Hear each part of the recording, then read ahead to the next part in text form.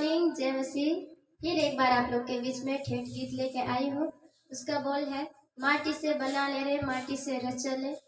इस प्रकार से गीत है, जरूर आप लोग सुने। माटी से रचले, हाथ से बना ले,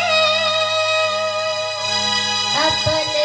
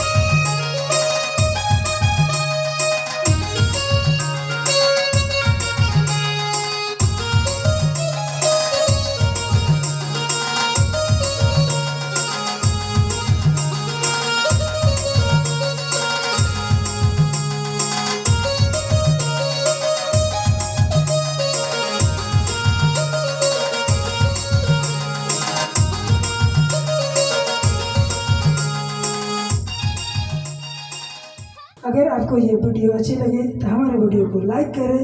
अगर ये वीडियो पसंद आए तो हमारे एक प्यारा सा कमेंट करें और इसी तरह का वीडियो देखने के लिए हमारा रॉकफेट चैनल को इसी के लिए सब्सक्राइब करें। और ये वीडियो आपको अच्छी लगे तो ये वीडियो को अपने दोस्तों के साथ शेयर करें। धन्यवाद।